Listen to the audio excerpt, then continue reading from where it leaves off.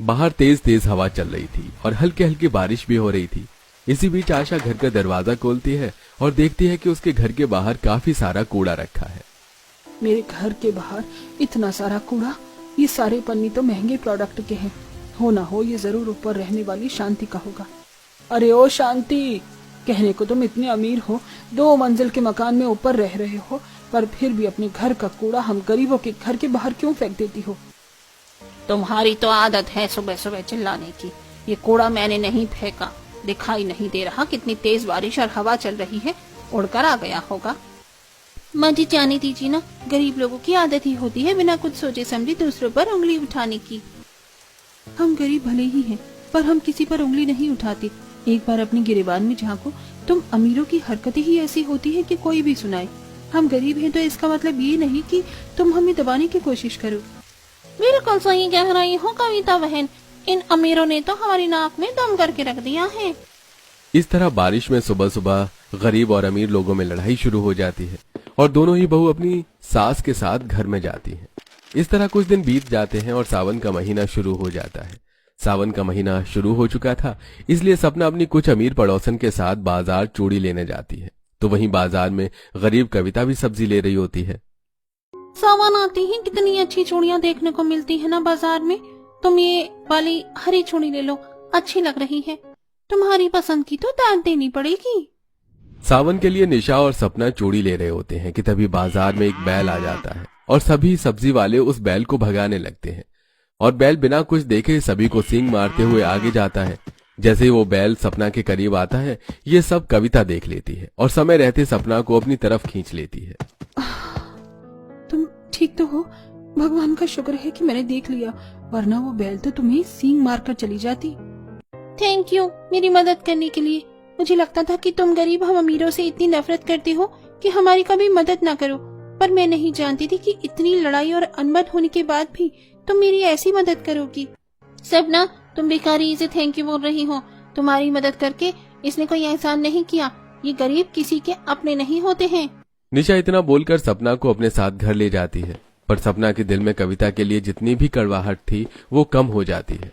इसी तरह कुछ दिन बीत जाते हैं और गांव की कुछ गरीब औरतें घर के बाहर मंडली बनाकर बैठ जाती हैं और सावन की बातें करती हैं। अब सावन आ चुका है तो बारिश भी बार बार होती रहेगी, इसीलिए मैं सोच रही थी कि क्यों ना इस बार हम अपने घरों में और बाग में दोनों जगह झूला लगा लें। जब बारिश होगी तो अपने घर में ही झूल लेंगे और जब अच्छा मौसम होगा तो सारी औरतें बाग में जाकर ढोल बजाएंगी, गाने गाएंगे और नाचेंगे। आइडिया बुरा नहीं है। तो फिर देर किस बात की, अभी से ही शुरू करते हैं। गांव की गरीब औरतों को एक साथ सावन की प्लानिंग करता देख अमीर औरतें चलने लगती हैं और वो भी सीढ़ियां चढ़ते हुए शांति के घर जाती हैं और आपस में प्लानिंग करती हैं। शांति बहन, सावन शुरू हो गया है, हम सब तो सखी हैं। इस बार सावन के महीने को एक साथ एंजॉय करेंगे। उन गरीबों को देखो, उनके घर में जगह नहीं है पर फिर भी घरों में साड़ी और रस्सी का झूला बनाया है। सपना बहन, तुम्हारी छत तो इतनी बड़ी है, क्यों ना इस महीने सावन की सारी तैयारी हम तुम्हारी छत पर करें। निकी और पूछ आप बेफिक्र रहो भाभी, इस बार का सावन का इंतजाम हमारी छत पर ही होगा। अब जहां गरीब घर की औरतें अपने घरों में झूला लगाकर बाग में जाती हैं और वहां अपने हाथों से पेड़ों पर साड़ी रस्सी के झूले बनाती हैं, तो वहीं गांव की गरीब औरतों के घर आने के बाद शांति अपनी बहू और कुछ अमीर औरतों के साथ मिलकर घर में झूला मंगवाती है। झोले वाले भैया, ये 5 झूला आप आराम से सीढ़ियों पर चढ़कर हमारे घर की छत पर लगाना। हम हमारे करीब पड़ोसी की तरह नहीं जो घर में साड़ी या रस्सी के झूले बनाए। भले ही हम गरीब हैं पर तुम्हारे आगे कभी हाथ तो नहीं फैलाते। जरा कर तो देखो इन गरीबों की। माँ, आंटी रहने देते हैं ना, अब क्या उनके मुंह लगी, छत पर चलते हैं, अपने हिसाब से झूला लगवाएंगे। अब सारी औरतें भी सीढ़ियां चढ़कर छत पर जाती हैं और अपने हिसाब से झूला लगवाती हैं। अब अगले दिन मोहल्ले की सारी गरीब औरतें बाग बगीचे से फूल तोड़कर लाती हैं और अपने हाथों से माला पिरोती हैं और घर के बाहर बैठकर झूले को सजाने की बात करती हैं। इन फूलों से तो हमने जो घर में झूला बनाए हैं बस उन्हें ही सजा पाएंगे। बाग में जो झूले बने हैं उन्हें भी तो सजाना है। हम गरीबों के पास इतना पैसा भी नहीं कि सावन में खर्च कर सके। हमारे पतियों को कांवड़ लेकर जाना है, सोमवार का व्रत भी रखना है, पूजा पाठ का सामान, और ऊपर से सावन में बारिश कितनी परेशानी होती है ना। थोड़ी परेशानी तो होती है, पर मजा भी तो सावन के महीने में ही आता है। और भाभी, बाग में झूलों को सजाने के लिए हम बाग से ही फूल तोड़ लेंगे। तुम बाग के झूले को सजाने से ज्यादा इस बात पर ध्यान दो कि कहीं से 2-4 ढोल का इंतजाम हो जाए, ताकि खाली समय में झूले के साथ नाच गाना भी कर सके। इतना बोलकर सारी औरतें हंसने लगती हैं और उन्हें खुश देख करिश्मा अपने घर में सभी अमीर औरतों को बुला लेती है। जब वो गरीब अपना झूला सजा सकते हैं तो हम क्यों नहीं। भाभी, हम झूला डेकोरेट करने वाले को बुलाएंगे ताकि हमारा झूला उनके झूले से अच्छा दिख सके। ठीक है, जैसा तुम्हें ठीक लगे। और अभी मुझे दुकान जाना है। निशा, नेहा, तुम दोनों मेरे साथ चलो। कुछ कॉस्मेटिक का सामान और मेहंदी लानी है। सावन आ चुका है, मेहंदी भी तो लगानी है। कुछ देर में सपना निशा और नेहा के साथ कॉस्मेटिक की दुकान पर जाती है और उनकी दुकान जाते ही तेज बारिश होने लगती है। अब दुकान में उसकी नजर कविता और कुछ गरीब औरतों पर पड़ती है, जिन्होंने हरे रंग का ब्लाउज सिलने के लिए अस्तर, बकरम, ब्लाउज का कपड़ा, डोरी, मेहंदी और कुछ मेकअप का सामान लिया होता है। और दुकान वाला उन पर भड़क रहा होता है। अरे वाह, दुकान में आते ही तुम्हारे पैसे भी गायब हो गए। अरे तुम कहना क्या चाहती हो कि हम दुकान वालों ने चोरी कर लिया? अरे साफ साफ क्यों नहीं कह देती कि इतनी गरीब हो कि 500 रुपए का दुकान से सामान भी नहीं ले सकती, इसलिए वॉलेट खोने का नाटक कर रही हैं। भैया, हम गरीब जरूर हैं, पर चोर या लालची नहीं, तो थोड़ा सोच समझ कर बोलिए। मुझे सामान लेना था, इसीलिए सिर्फ मैं ही पैसे लाई थी, पर लगता है यहाँ आते हुए किसी ने मेरा बटवा मार दिया। एक काम कीजिए, आप अपना सामान वापस रख लीजिए। कविता, तुम्हें जो लेना है तुम ले लो, पैसे मैं दे दूंगी। और आप, ये क्या तमीज है आपकी किसी से बात करने की? अगर वो पैसे नहीं दे पा रही तो आप अपना सामान अपने पास रख लीजिए, और किसी की गरीबी का मजाक मत बनाइए। अरे सपना, इन गरीबों के मामले में तुम क्यों दखल दे रही हो? ये गरीब ऐसे ही होते हैं, सही कह रहा है दुकान वाला। तुम चुप करो नेहा, सारे गरीब एक जैसे नहीं होते। हमारी सास ने जो हमें सिखा दिया, बस हम वही सुन देखकर आगे बढ़ रही हैं। पर मैंने देखा है, अगर कविता इतनी भी बुरी होती तो उस दिन मेरी मदद न करती।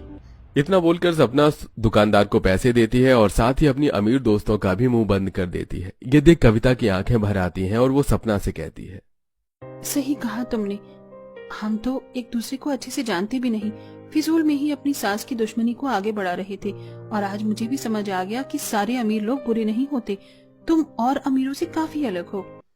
सच में सपना, तुम बहुत अच्छी हो, अब से तुम भी हमारी दोस्त हो।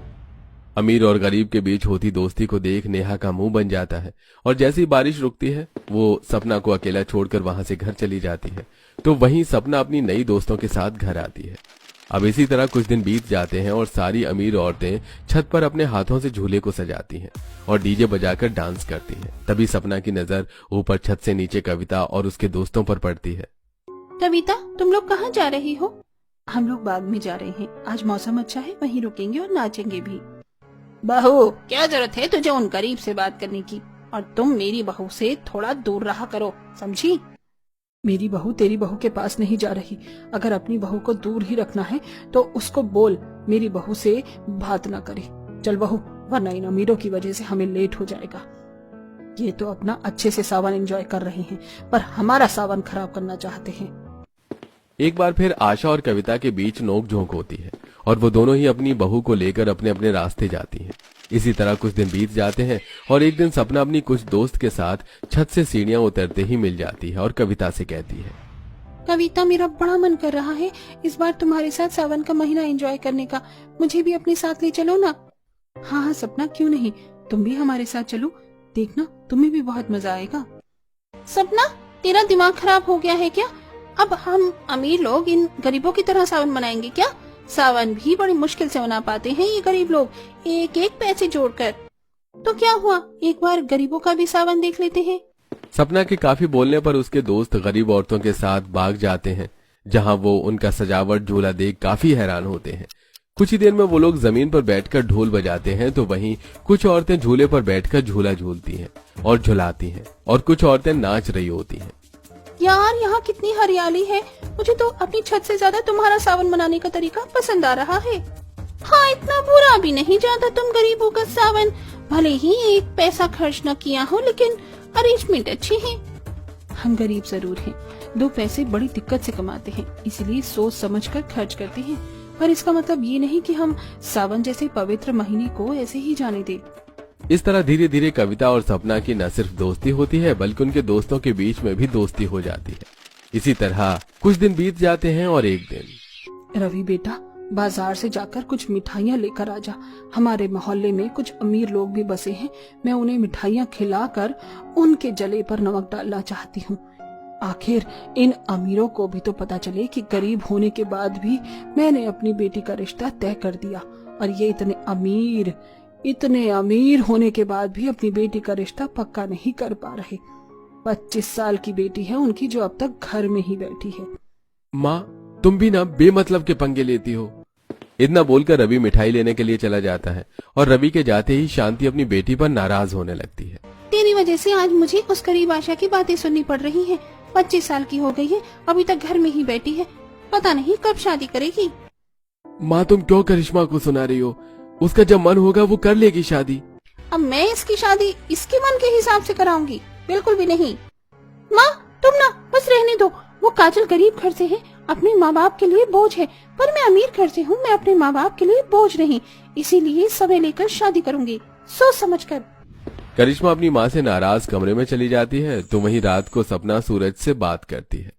सूरज, तुम बताओ मैं ऐसा क्या करूं कि माँ जी की सोच बदल जाए? हमारे गरीब पड़ोसी इतने भी बुरे नहीं जितना माँ जी समझती हैं। तुम्हें कुछ करने की जरूरत नहीं है, सावन का महीना चल रहा है, सब कुछ भोलेनाथ कर देंगे। जैसे तुम्हारी आंखें खुल गई, माँ की भी खुल जाएंगी। इतना बोलकर सूरज चुपचाप सो जाता है और अब सपना अपनी सास से कभी झूठ बोलकर तो कभी सबसे छुपकर अपने अमीर दोस्तों के साथ गरीब कविता और उसके दोस्तों के साथ बाग में जाती है। ऐसे ही एक दिन काजल बाग में अमीर औरतों को देख काफी हैरान होती है। आप लोग तो इतने अमीर हैं, इतना महंगा झूला डीजे अपनी छत पर लगवाया है, फिर हमारे साथ क्या कर रही हो? काजल ऐसे नहीं बोलती, अब वो हमारी दोस्त हैं, और जितना बुरा तुम समझती हो ना हमारे अमीर पड़ोसी को, वो उतने बुरे नहीं हैं। वैसे आज हम सारी औरतें बैठकर सावन की मेहंदी लगवाने वाले थे, और मैंने सुना है कि तुम बहुत अच्छी मेहंदी लगाती हो, इसलिए इस वक्त आए हैं जब तुम यहाँ हो। मान भी जाओ काजल, अब हम सब दोस्त ही हैं। सभी के कहने पर काजल मान जाती है और अमीर सपना और उसके दोस्तों से बातें करती है, उनके हाथों में मेहंदी लगाती है। लो जी, मैंने सबके हाथों में मेहंदी लगा दी है और मैं अब अपनी दोस्त के घर जा रही हूँ, थोड़ा काम है मुझे। इतना बोलकर काजल घर के लिए निकल जाती है और रास्ते में उसकी नजर करिश्मा पर पड़ती है, जो बाइक पर किसी लड़के के साथ घूम रही थी। ये देख काजल तुरंत बाग में आती है और सारी बात वहाँ बैठी औरतों को बताती है। मैं सच बोल रही हूँ, इसीलिए करिश्मा शादी नहीं करना चाहती। सपना भाभी, आपको करिश्मा से बात करनी होगी। मैं आज ही बात करूंगी। अब सारी औरतें अपने हाथों में मेहंदी लगाकर बारी बारी झूला झूलती हैं और तभी अचानक बारिश शुरू हो जाती है और सारी औरतें एक साथ भीगते हुए घर के लिए रवाना होती हैं।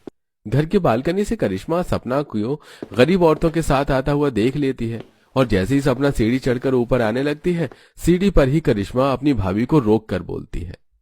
भाभी, माँ ने मना किया है ना आपको गरीबों के साथ रहने के लिए, और आप अपनी कुछ अमीर दोस्तों के साथ उन गरीबों के साथ घूम रही हैं। मैं अभी जा रही हूँ माँ को बताने। ठीक है, बता दो, फिर मैं भी बता दूंगी तुम किसी लड़के को पसंद करती हो, इसीलिए शादी नहीं कर रही। नहीं भाभी, माँ को कुछ मत बताना, माँ लव मैरिज के खिलाफ है, प्लीज ऐसा मत करना। मैं आपके बारे में किसी को कुछ नहीं बताऊंगी, अभी मेरा राज राज रखना। सही मौका आने पर मैं खुद माँ से बात करूंगी। पर तुम माँ जी को अभी कुछ क्यों नहीं बता रही हो? क्योंकि विकास भी गरीब ही है, उसका हमारी तरह 2 मंजिल का ऊपर मकान नहीं है, वो भी कविता भाभी की तरह नीचे घर में रहता है, और आप तो जानती हैं माँ गरीबों से कितना चिढ़ती है। अच्छा ठीक है, नहीं बताऊंगी, बस सही मौका आने दो, मैं माँ को खुद बता दूंगी। इस तरह सपना करिश्मा के बारे में शांति को कुछ नहीं बताती और करिश्मा भी अपनी भाभी के बारे में अपनी माँ से कुछ नहीं बोलती। तो वहीं आज पूरी रात बारिश होती है। लगता है आज ये बारिश सारी रात होने वाली है। अरे शुभ शुभ बोलो, अगर सारी रात बारिश हुई तो हमारे घर का क्या होगा? हमारा घर कितना नीचे है, रोड का पानी घर में आ जाएगा। तेज बारिश की वजह से जहां पूरा परिवार परेशान होता है तो वहीं अमीर परिवार आराम से अपने घर में सो रहा होता है। पर अचानक से रात के 1 बजे सूरज के मुंह से खून आने लगता है। सूरज सपना को उठाता है और सपना अपने घर वालों को। भाभी आप डरो मत, मैं किसी को फोन करती हूँ। मैं भी सुमित्रा बहन को उठा कर आती हूँ। करिश्मा अपने सभी अमीर दोस्तों को फोन करती है पर कोई उसके फोन का जवाब नहीं देता और न ही इस बारिश में कोई दरवाजा खोलता है। जिसके बाद सपना कविता को फोन करती है और जैसे ही सूरज की हालत के बारे में गरीब कविता के परिवार को पता चलता है तो वो लोग मदद के लिए भागकर उनके घर आते हैं। अरे, सूरज भाई के मुंह से तो बहुत ज्यादा खून आ रहा है, हमें अभी इन्हें अस्पताल लेकर चलना होगा। इन्हें कुछ होगा तो नहीं? बाहर इतनी बारिश हो रही है। सपना, आंटी जी आप फिक्र मत कीजिए, सूरज भाई साहब को कुछ नहीं होगा। रवि जी ऑटो ही चलाते हैं, आप सब हमारे ऑटो से चलिए। रात के 1 बजे तेज बारिश में रवि अपने ऑटो में सूरज को अस्पताल लेकर आता है, जहां पता चलता है कि ब्लड प्रेशर बढ़ने की वजह से सूरज के मुंह से खून आ गया है। दवाई देने पर सूरज को थोड़ा आराम मिलता है और सारी रात रवि सपना के साथ अस्पताल में रहता है। और सुबह होते ही जब वो लोग घर आते हैं तो देखते हैं कि रवि के घर में पानी भर चुका है और उसका पूरा परिवार घर से पानी निकाल रहा है। साथ ही कविता कुछ जरूरी सामान अपने पड़ोसियों के घर में रखवा रही है। कुर्सी टेबल रखने की जगह थी मेरे घर में, पर मैं तुम्हारा बेड कैसे रखूं अपने घर में? मेरे घर में भी इतनी जगह नहीं कि अब तुम्हारे घर का कुछ और सामान भी रख सकूं। रवि, तुम अपने परिवार को बोलो मेरे घर में आ जाए। बारिश रुक चुकी है पर घर में पानी काफी ज्यादा भरा हुआ है। मैं माँ से बात करता हूँ और ये सामान भी रखवा दूंगा। मुझसे क्या बात करेगा तू? वैसे तो इस मोहल्ले में इतने अमीर लोग हैं, पर मेरे बुरे समय में कोई हमारे काम नहीं आया। जिससे मैं हमेशा लड़ती रही वही मेरे काम आई। आशा बहन, तुम अपना सारा सामान लेकर मेरे घर आ जाओ और सूरज तू रवि को कुछ पैसे दे दे ताकि वो अपने घर की मरम्मत करवा सके। मैं आपसे पैसे नहीं ले सकता। रवि बेटा, उधार समझ कर रख लो, धीरे धीरे चुका देना। देखा माँ जी आपने, अमीर पड़ोसी इतने भी बुरे नहीं जितना हम समझते थे। बहू, इस अमीर की सहायता भी तो किसी गरीब ने ही करी थी, और जब अब तुम्हारी मदद करने की बारी है तो मैं पीछे कैसे हट जाऊं? सावन का महीना चल रहा है, हम अमीरों का तो सावन हर बार अच्छा ही जाता है, पर तुम गरीब कितनी मेहनत करते हो ये किसी से नहीं छुपा है। इस तरह अमीर और गरीब पड़ोसियों के बीच दोस्ती हो जाती है और आशा अपने परिवार और सामान के साथ कुछ दिनों के लिए शांति के घर आ जाती है। और रवि सूरज से पैसे लेकर 1 हफ्ते में घर की थोड़ी मरम्मत करवाता है और फिर से वो लोग अपने घर में शिफ्ट हो जाते हैं। और इस बार सावन के सोमवार पर दोनों बहू अपनी अमीर और गरीब दोस्तों के साथ हरे रंग की चूड़ी साड़ी पहनकर एक साथ मंदिर जाती हैं, शिव जी की पूजा करती हैं और जल चढ़ाकर घर आती हैं। ये लो रवि, हमारी बीवियां भी आ गई, अब हमें कांवड़ लेकर निकलना चाहिए। हाँ सूरज भाई, अब हम चलते हैं। हाँ भैया, आप दोनों कांवड़ लेकर जाइए और अपना ख्याल रखना। अब तो हम सभी अमीर गरीब पड़ोसी के बीच दोस्ती हो गई है ना, तो क्यों ना हम बाग में जाकर इस बार एक साथ सावन के महीने को एंजॉय करें। कुछ ही देर में सूरज कांवड़ लेकर निकल जाता है और शांति का बदला बर्ताव देखकर करिश्मा विकास के बारे में अपनी माँ को बता देती है। जब शांति गरीब विकास से मिलती है, शांति बहन, लड़का गरीब है पर करिश्मा से प्यार बहुत करता है। सावन का महीना चल रहा है, भोले भंडारी जो देंगे अच्छा ही देंगे। भाई, मुझे तो लड़का बहुत पसंद है। आज गरीब है, कल को कमाएगा तो अमीर हो जाएगा। हमें तो बस करिश्मा के लिए ऐसा लड़का चाहिए जो अच्छा कमाता खाता हो और विकास में काम करने की लगन है। सही कहा बहन तुमने, मुझे अपनी बेटी की पसंद है। आशा बहन, अब तो ये नहीं कहोगे कि तुम्हारी बेटी का रिश्ता लग गया इस सावन में और मेरी बेटी कुंवारी बैठी है।